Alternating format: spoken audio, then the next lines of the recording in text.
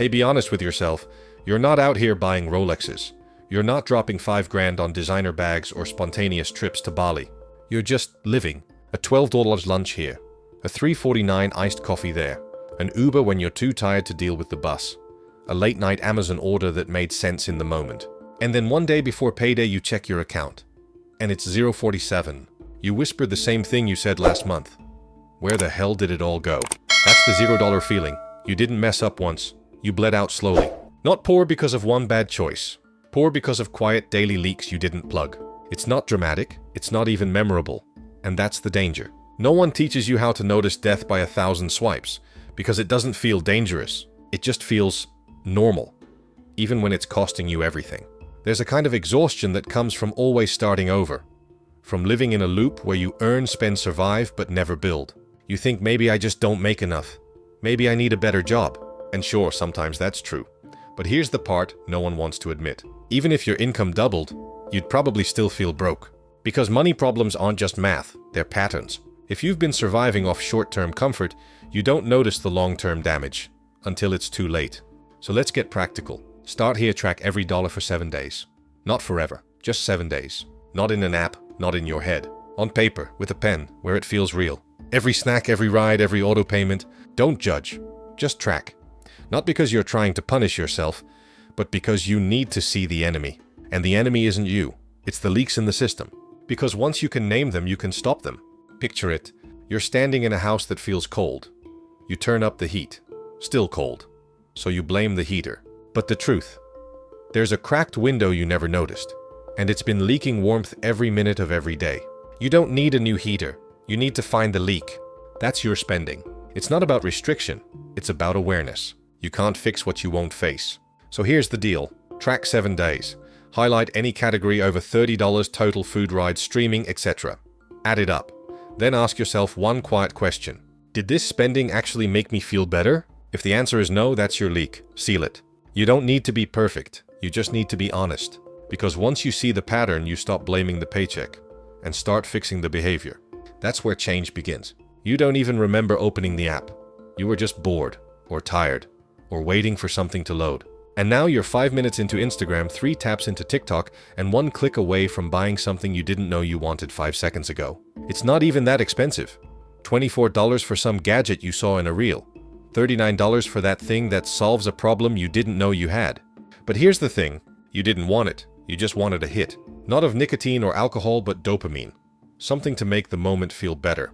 Something to make you feel like you had something. And the easiest way to do that, your phone. You don't realize how often you shop when you're not okay. Lonely, open Instagram. Tired, scroll TikTok. Overwhelmed. Buy something small just to feel like you're in control of something. This isn't about blaming social media. This is about facing a truth that hurts to admit.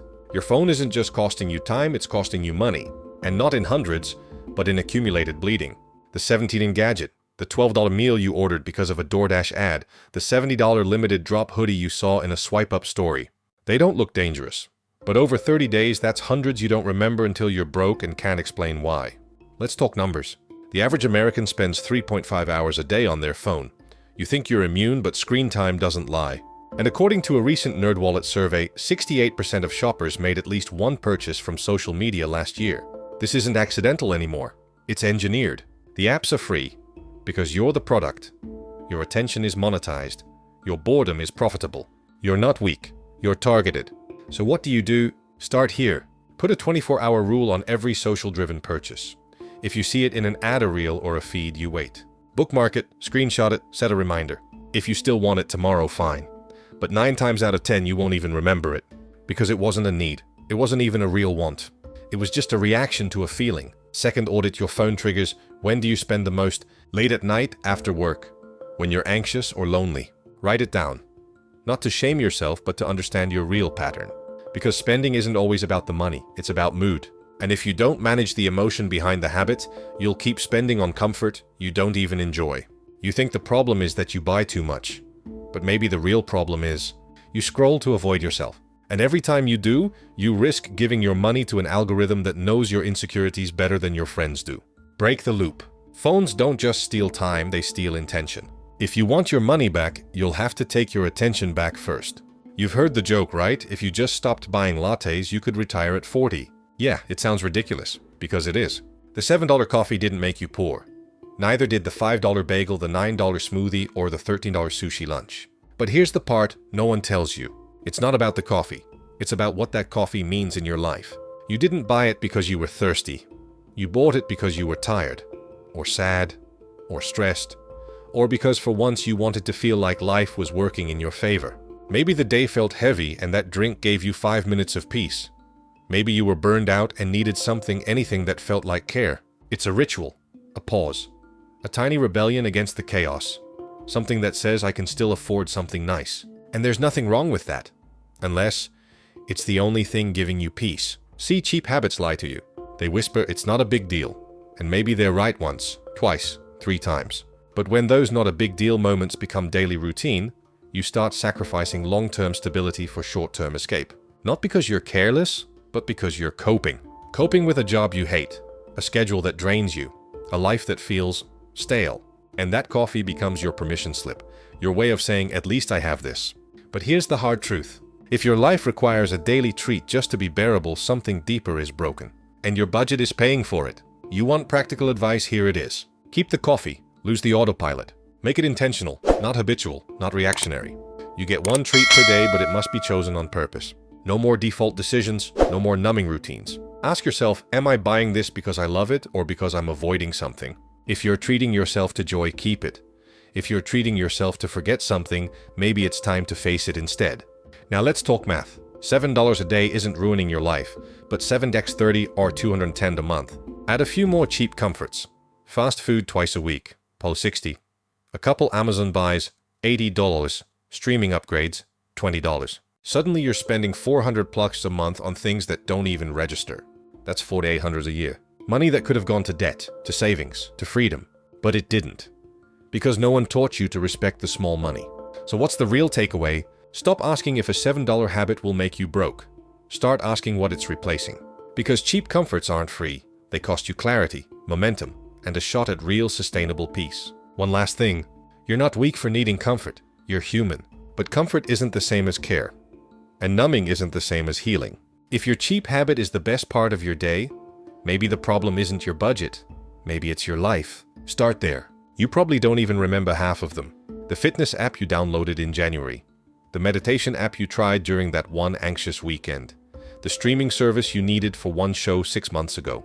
The meal plan you meant to cancel after the trial. And now, every month they take a piece of your paycheck. Quietly, automatically, without asking. Like little ghosts in your bank statement, each one whispering it's only $9.99, you won't notice. But you do notice, not in the moment, but when you look at your balance and it feels lower than it should be. You feel like someone's stealing from you. And in a way, they are. Not illegally, not maliciously, but strategically. Because here's the business model. They don't need you to love the service. They just need you to forget it exists. Let's talk numbers. The average American spends $219 a month on subscriptions. Music, TV apps, cloud storage, newsletters, gaming, the list goes on. Now ask yourself, how many of those do you actually use?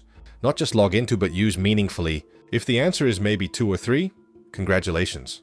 You're normal. And that's the problem. But this goes deeper than laziness. Because sometimes you don't cancel because of hope. Because you still think, maybe you'll go back. Maybe you'll finish that course. Maybe you'll finally get serious about meditating or working out. So you leave the subscription running. Not because you're using it, but because canceling it would mean admitting you didn't follow through. And that hurts. So you avoid it. This is what I mean when I say money is emotional. You're not paying for the thing. You're paying for the version of yourself you hoped you'd become. The disciplined you, the fit you, the focused, calm, optimized you. And letting go of that subscription feels like letting go of that hope. But here's the truth. You can't afford to fund a fantasy. Especially when it's costing you real financial stress every single month. So what do? Set 1 hour aside. Pull up your bank and PayPal accounts. Go line by line. Flag every charge that ends in 99, 95, or anything monthly. Cross-check with your phone's subscription list too. You'll find at least 3-5 things you forgot about, probably more. Cancel them. Not later, not someday, now. Still holding on to one just in case? Here's a trick. Pause it. If they offer a freeze option, take it. If not, set a reminder for the date it renews. Make a deal with yourself. If you're not using it weekly by then, it's gone. No guilt, no drama, just clarity. Because in the end, unused subscriptions are like emotional clutter. They take up space, drain your resources, and silently reinforce the story that you're failing at being better. You're not failing. You just forgot to clean house. So clean it, because $50 here, $80 there.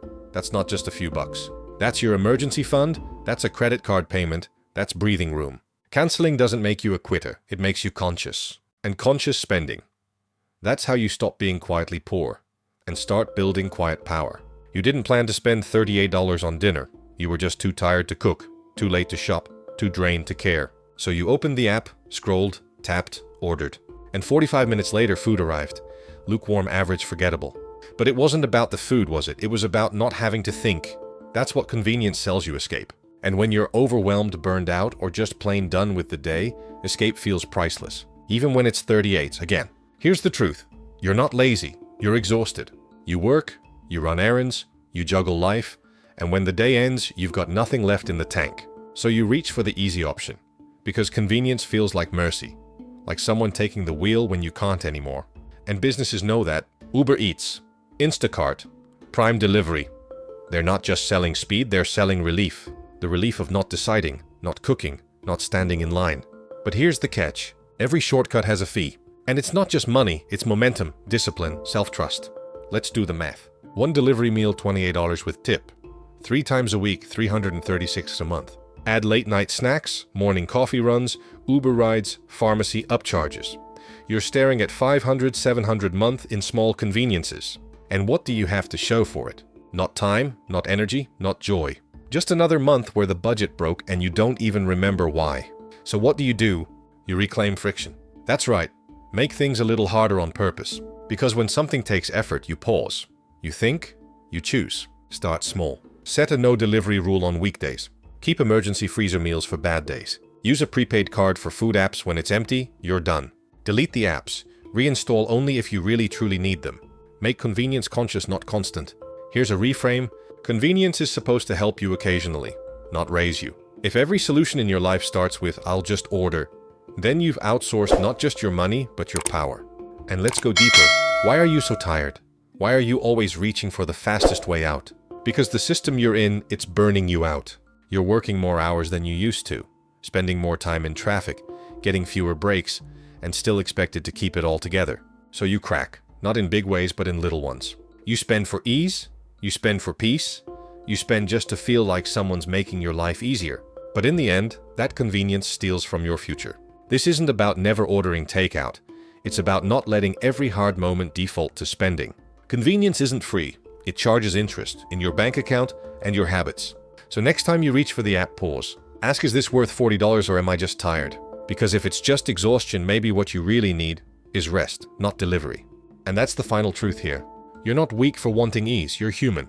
But when ease becomes your default, money becomes your casualty. So take it back, not all at once, but one quiet decision at a time. Let's cut to it. You say you want to get better with money.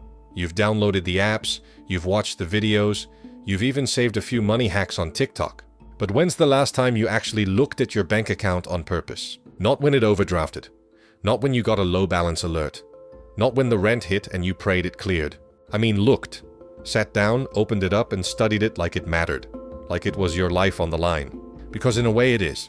Here's the truth. You don't avoid your bank account because you don't care. You avoid it because you already know what's in there. Not the number, the feeling. The shame, the fear, the regret. Looking at the numbers means facing what you've been ignoring.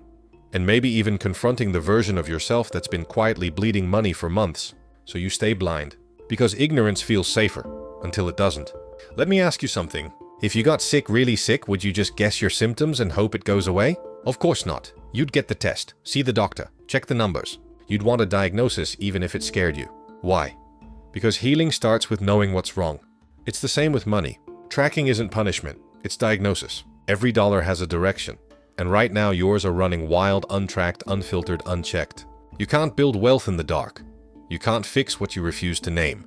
So here's what you do. Step 1, get everything in front of you. All accounts, all credit cards, every bill, every payment, every recurring charge. Put it in one place. Spreadsheet, notebook, app, doesn't matter. But you need the full picture, not half of it. Not the part that feels comfortable. All of it. Step 2, track your last 30 days. Every single dollar. Yes, even that $2 bottle of water at the gas station. Because you're not just tracking money, you're tracking behavior. And behavior tells the real story. Step 3, identify your top 3 leaks. Not by amount, but by pattern. Where are you losing money over and over? Where does your autopilot take over? List them, own them. And finally, the hardest part, look at what those leaks are trying to numb. Is it stress, loneliness, boredom, burnout? Because fixing the spending without fixing the emotion, that's just playing financial whack-a-mole. You don't need a finance degree. You don't need 5 side hustles. You need clarity. And clarity starts with attention. Here's your rule. 5 minutes a day. Check your balance. Log your spending. Ask one question. Does this align with the life I want? If not, change begins tomorrow. If yes, reinforce it. Strengthen it. Keep going. Budgeting isn't about sacrifice, it's about sovereignty. It's how you stop being a victim of your money story and start being the author. So no, a budgeting app won't save you. But your attention might. Give it 5 minutes a day. That's all. Because if you're too afraid to look, you're already losing more than money. You're losing control. Take it back. You look fine. You show up well. You've got the clothes, the tech, the little signs that say you're doing okay. People assume you're stable, but they don't see the browser tabs full of how to stretch $87 until payday. They don't know you pray when you swipe your card at the grocery store, or that one emergency, one flat tire, one dental bill would knock everything over. Because here's the truth. You look like you have money, but you don't feel like it. This is what I call the presentation trap. You've built the image of stability, but behind the scenes, you're hustling to keep up with your own reflection. The car lease, the phone upgrade, the $200 shopping trip that felt necessary because everything you owned felt too last season. You're not showing off. You're just trying to feel like you belong. Because somewhere deep down there's a belief you carry. If I look successful, maybe I'll start to feel it. But that's a lie. Because no amount of aesthetic can fix a financial wound. Let's go deeper. Why do we spend to look stable, instead of spending to be stable? Because looking rich is instant, it's visible, it's admired. Being financially safe, it's invisible, it's quiet. No one claps when you say I skipped brunch to build a 3-month emergency fund. But they notice your new shoes, they see the new iPhone, and for a second you feel seen. That's what you're really buying, validation. But validation fades, and the debt doesn't. Here's the emotional trap: you don't want to feel left behind, so you play the part. The problem is that part costs more than you realize, and over time you start resenting your own life, because you look like the person you wanted to be, but inside you're still scared, still scrambling, still broke. So what's the shift? Trade status for security. Stop dressing like the future you and start protecting the current you. If the clothes are costing you peace, they're too expensive. If the car is making you anxious, it's not worth the look. If the lifestyle can't survive one lost paycheck, it's not wealth. Let's get practical. Audit your appearance spending. Make a list of all purchases you've made in the last 90 days just to look better, not feel better, not function better. Total it. Be honest. Ask yourself this: if no one could see this, would I still buy it? Build your invisible flex. Start a $500 emergency fund. Track your net worth monthly even if it's negative. Cut back not to suffer but to protect your sanity. And when people ask why you're skipping drinks or delaying upgrades, you say, I'm building something you can't see yet. Let them stare now. They'll understand later. The real flex isn't living rich. It's sleeping well. It's being able to say no to a toxic job. It's knowing your rent is paid 3 months ahead. It's freedom, not fashion. And if you've never had that kind of freedom, you'll never regret what it cost to get there. So yes, you might look rich, but until your money works for you, you're just acting. You deserve better than the performance. You don't need to feel ashamed for not having it all figured out. You're not bad with money. You're just tired, distracted, and carrying way more than people realize. Let's recap. Your money disappears slowly, not in disasters, but in habits. Your phone, your food, your apps, they all whisper comfort while stealing control. Convenience feels like survival, but survival isn't the same as security. Tracking isn't punishment, it's power. Looking rich without safety isn't wealth, it's a performance, and it's draining. If any of this feels personal good, that means you still care. That means you're ready to take your power back. And that starts not with shame, but with one honest look at where your money actually goes. If this hit home, don't keep it to yourself. Leave a comment. What's your most expensive daily habit? Was it food subscriptions, emotional shopping?